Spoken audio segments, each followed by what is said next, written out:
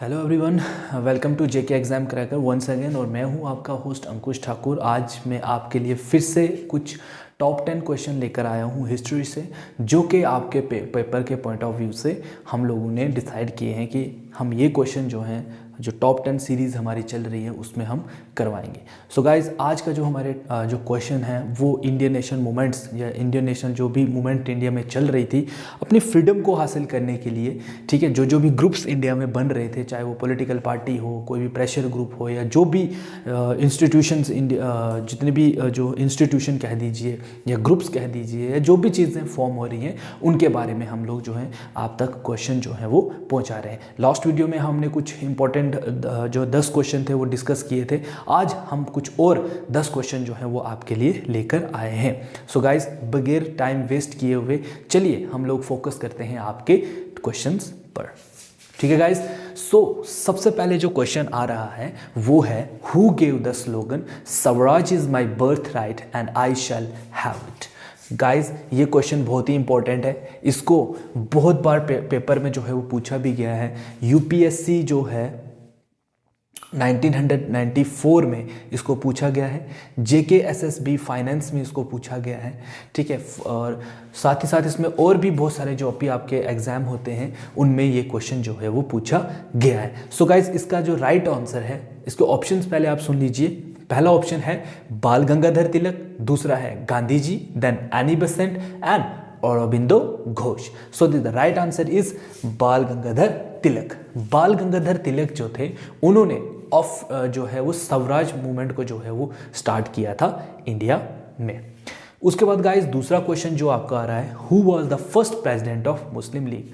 मैंने आपको बताया था कि मुस्लिम लीग जो है वो इंडिया में फॉर्म होती है 1906 में, जिसको फॉर्म करने वाले कौन थे, आपके आगा खान एंड जो सैमुल्ला थे, उन्होंने इसको फॉर्म किया हुआ था, ठीक है, ढाका में। सो गाइस, इसके पहले प्रेसिडेंट जो हैं वो कौन रहे थे? ऑप्शंस आर आगा खान, हामिद खान, हसन खान या एम.ए. जिन्ना। जैसा कि मैंने आपको बताया कि इसको फॉर्म करने वाले जो हैं वो आगा खान और जो सलीमुल्लाह जो थे, उन्होंने इसको फॉर्म किया था ढाका में। सो इसके फर्स्ट प्रेसिडेंट भी यही आगा खान ही रहे थे। So the right answer is Aga Khan. Guys, इसका पहले आप स्क्रीनशॉट ले लीजिए, ठीक है, अच्छे से स्क्रीनशॉट ले लीजिए इसका। ओके, आई होप सो कि आपने इसका स्क्रीनशॉट जो है वो अच्छे से ले लिया हो, ठीक है। वीडियो को पॉज करके इसका स्क्रीनशॉट भी ले सकते हैं आप लोग, और फिर इन क्वेश्चंस को जो है वो चाहे आप नोट डाउन करना चाहो तो नोट डाउन भी कीजिए, और अगर आप इसको ऐसे जो है वो क्रैम कर सकते हैं तो क्रैमिंग कीजिए, कुछ भी कीजिए, बट इन क्वेश्चन जो है ये आपको याद होने चाहिए। नेक्स्ट जो क्वेश्चन आ रहा है guys, that is question number 3। In 1906 Muslim League was formed at where. अभी मैंने आपको बताया कि मुस्लिम लीग जो है वो कब फॉर्म होती है 1906 में, लेकिन कहां पर फॉर्म होती है, कौन सी जगह पे? ऑप्शंस आर दिल्ली, बंगाल, मीरठ और Dhaka. So the right answer is guys your Dhaka. Dhaka is where in Bangladesh, ठीक है गाइज। सो बांग्लादेश में ढाका है जहां पर मुस्लिम लीग को जो है वो फॉर्म किया जाता है, जो है आपके आगा खान के द्वारा, ठीक है गाइज। नेक्स्ट क्वेश्चन जो गाइज आ रहा है आपका, that is question number 4। In which year the capital of Bengal to the capital from Bengal to Delhi transferred. आपको याद होगा गाइज, मैंने अपनी वीडियो में भी आपको बताया था कि जब ब्रिटिशर्स इंडिया आए थे तो उनकी परमानेंट सेटलमेंट की अगर मैं बात करूं तो सबसे पहले वो मैड्रास में सेटल थे। After that when they got the diwani right, when they have fought the war with Nawab of Bengal, ठीक है, जब उन्होंने बंगाल के नवाब के साथ लड़ाई की, battle of Buxar, battle of Plassey, तो उसके बाद जो है उनके कैप्चर में जब बंगाल हो गया तो उन्होंने जो है वो कैपिटल जो है अपनी बंगाल को बनाया था। लेकिन लेटर ऑन इन्होंने जो है क्या कर दिया, जो है अपनी कैपिटल जो है उसको शिफ्ट किया था फ्रॉम बंगाल टू दिल्ली, ठीक है। सो ये कब हुआ, ठीक है, इसको कब शिफ्ट किया गया, जो कैपिटल थी आपकी फ्रॉम बंगाल टू दिल्ली, इसको भी पेपर में जो है वो बहुत बार पूछा गया है as far as your UPSC और केएस इज कंसर्न। सो बहुत टाइम बाद जो है ये क्वेश्चन जो है उसमें पूछा गया है। तो ऑप्शंस हैं गाइस 1905, 1911, 1916 या 1908। सो द राइट आंसर इज 1911। तो 1911 में जो है वो कैपिटल जो है वो आपकी शिफ्ट हुई थी फ्रॉम कहाँ से, आपके बंगाल से कहाँ की तरफ, दिल्ली की तरफ। होप सो गाइज, ये बहुत ही इंपॉर्टेंट क्वेश्चन है, इसको याद रखिए। मैंने आपको पहले भी बताया हुआ है कि जब भी ये शिफ्टिंग वाला कोई क्वेश्चन आता है कि कैपिटल शिफ्ट हो रही है ना, सो ये क्वेश्चन जो है वो मैक्सिमम मोस्ट टाइम जो है वो पेपर में पूछे गए हैं, तो इनको थोड़ा ध्यान से देखिएगा, ठीक है। उसके बाद गाइज नेक्स्ट क्वेश्चन जो आ रहा है, famous Lucknow pact was sign between Congress and Muslim League in. तो अगर आपको याद होगा कि लखनऊ पैक्ट जो है वो साइन हुआ था, ठीक है, दो पार्टीज के बीच में, एक साइड थी कांग्रेस, इंडियन नेशनल कांग्रेस, और दूसरी साइड थी मुस्लिम लीग। तो बोलते हैं बताइए कि ये फेमस लखनऊ पैक्ट जो है वो साइन कब हुआ था। सो द ऑप्शंस आर 1913, 1910, 1916 या 1920। ऑप्शंस आर 1913, 1910, 1916 या 1920।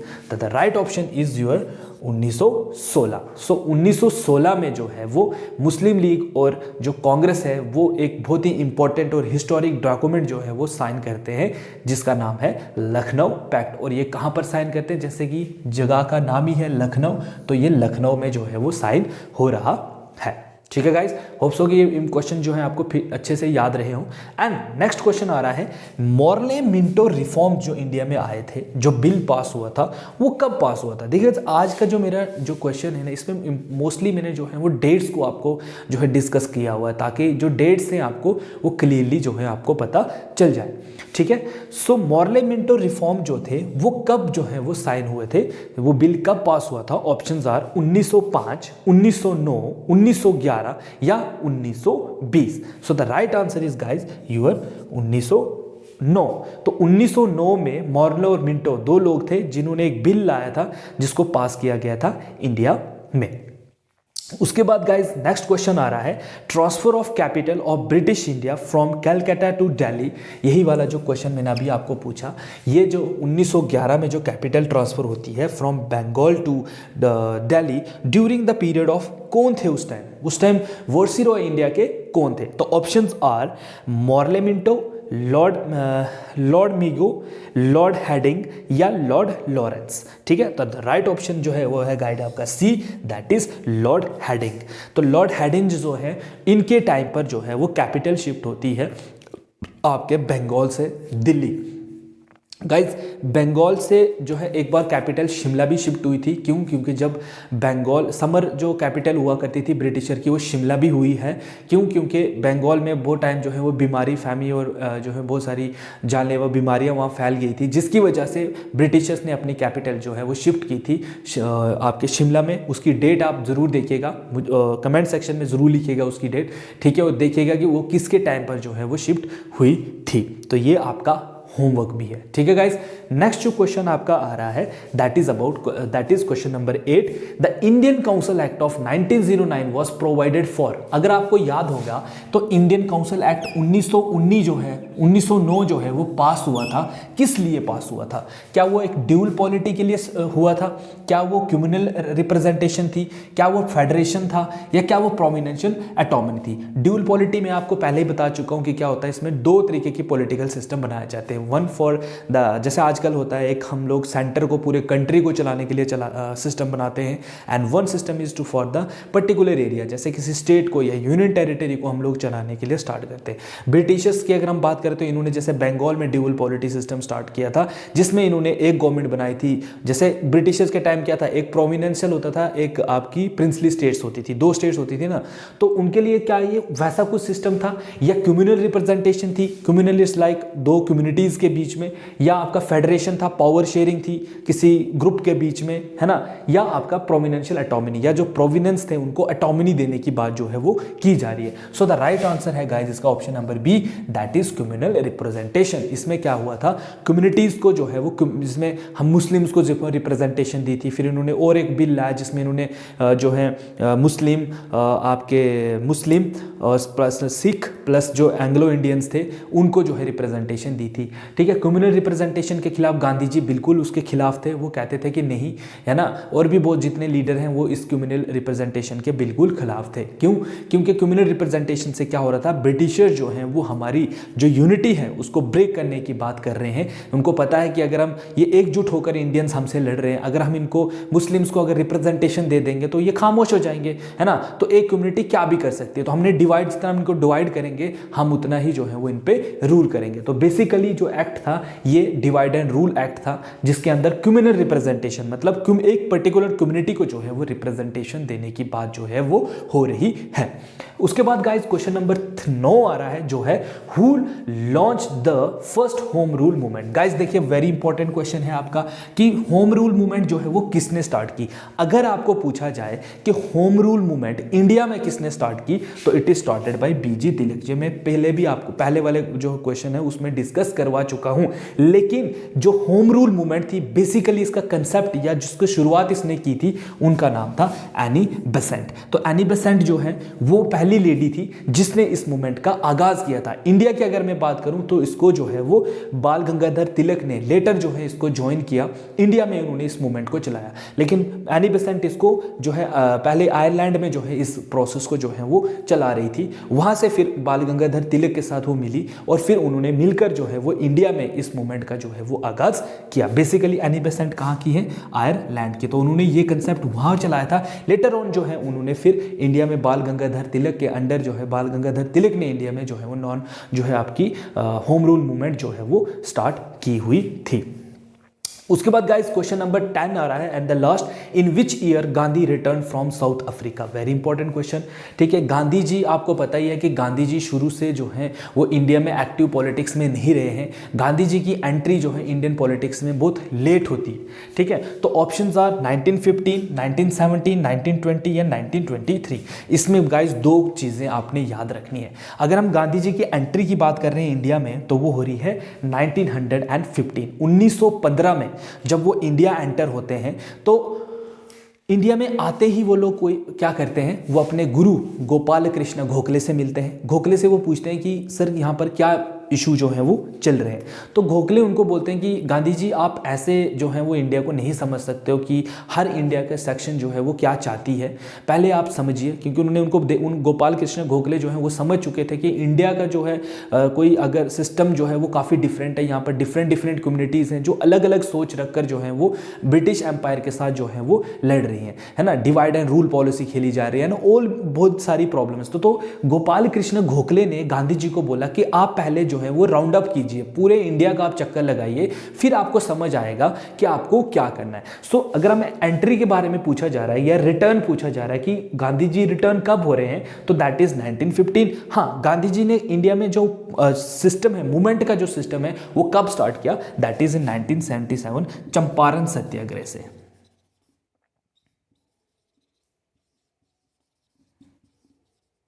ठीक है गाइस, चंपारण सत्याग्रह जो है वो पहला सत्याग्रह था, पहली मूवमेंट थी गांधी जी की जो उन्होंने बिहार में जो है वो चलाई हुई थी, ठीक है ना। सो बेसिक यहां पर क्या समझना आपने, एंट्री की अगर बात पूछी जा रही है कि इंडिया में उनकी एंट्री कब हो रही है, तो 1915। और कब से उन्होंने एक्टिव पॉलिटिक्स में जो है वो पार्टिसिपेशन की, it is during the world war first जब हो रही थी, दैट इज 1917, मतलब जब एंड हो रहा था वर्ल्ड वॉर फर्स्ट का, तो एंट्री हो रही है गांधी जी की। So this is all about today's lecture guys, के आज हमने जो इंपॉर्टेंट क्वेश्चन थे आपके हिस्ट्री के, जो बहुत सारे पेपर्स हैं, जैसे आपके ये जितने भी हमने क्वेश्चन लाए हुए हैं ना, ये आपके प्रीवियस ईयर जितने भी पेपर हुए हैं, चाहे आपके एसएसबी के पेपर हैं, चाहे एसएससी सीजीएल के पेपर हैं, या जितने भी वो एग्जाम जिनमें हिस्ट्री जो है वो रहती है, उनमें से हमने ये क्वेश्चन जो है वो आप तक जो है वो लेकर आए हुए हैं। हम चाहते हैं कि आप तक जो है वो अच्छा नॉलेज पहुंचे। आप लोग जो है आपकी तैयारी जो है वो जोरों शोरों से चली रही है, जैसे हमें वीडियो से ही पता चल रहा है कि बहुत सारे बच्चे जो हैं किस तरीके से प्रिपरेशन कर रहे हैं। बहुत सारे बच्चे जो हैं वो उनके कमेंट्स आते हैं कि सर हम पे डिपेंडेंट हैं। आप बिल्कुल भी फिक्र मत कीजिए, जितनी टेंशन आपको आपके पेपर की है उससे ज़्यादा हमें आपके लिए है। हम चाहते हैं कि हमारी तरफ से जो है वो बेस्ट नॉलेज जो है या बेस्ट वे से जिस तरीके से हो सके हम आप तक नॉलेज पहुंचाएं, ताकि ये सब चीज़ें जो है आपको आपके एग्जाम में, अपकमिंग जो भी आपका एग्जाम है उसमें आपको हेल्प जो है वो कर सकें। सो गाइस कीप ट्राइंग करते रहिए, स्टडी हार्ड कीजिए, ठीक है। टाइम टेबल बनाइए अपने स्टडी का, ठीक है, और जितना हो सकता है क्वेश्चंस को या टेस्ट सीरीज़ को जो है वो ज्वाइन कीजिए। जो बच्चे जो हैं जिनका जो है हिस्ट्री नहीं है, जिनको हिस्ट्री थोड़ा वीक लगता है, वो लोग हमारे जो हैं ऑफलाइन या ऑनलाइन बैच को जो है वो ज्वाइन भी कर सकते हैं। प्लस जिन बच्चों को ऑलरेडी, जिनका हिस्ट्री अच्छा है, जिन्होंने ऑलरेडी जो लोग पढ़ चुके हैं, तो वो लोग जो है वो हमारी टेस्ट सीरीज़ भी अब कुछ टाइम के बाद जो है वो आने वाली है, या यही जो हम लोग टेस्ट करवा रहे हैं इसको ज्वाइन करें और अपनी स्टडी जो है वो हार्ड करें, ठीक है। सो आज के क्वेश्चन जो हैं वो आपको अच्छे से याद हों, यही मैं उम्मीद करता हूँ। तो मिलते हैं गाइज नेक्स्ट वीडियो में, तब तक के लिए शब्बा खैर and have a nice day.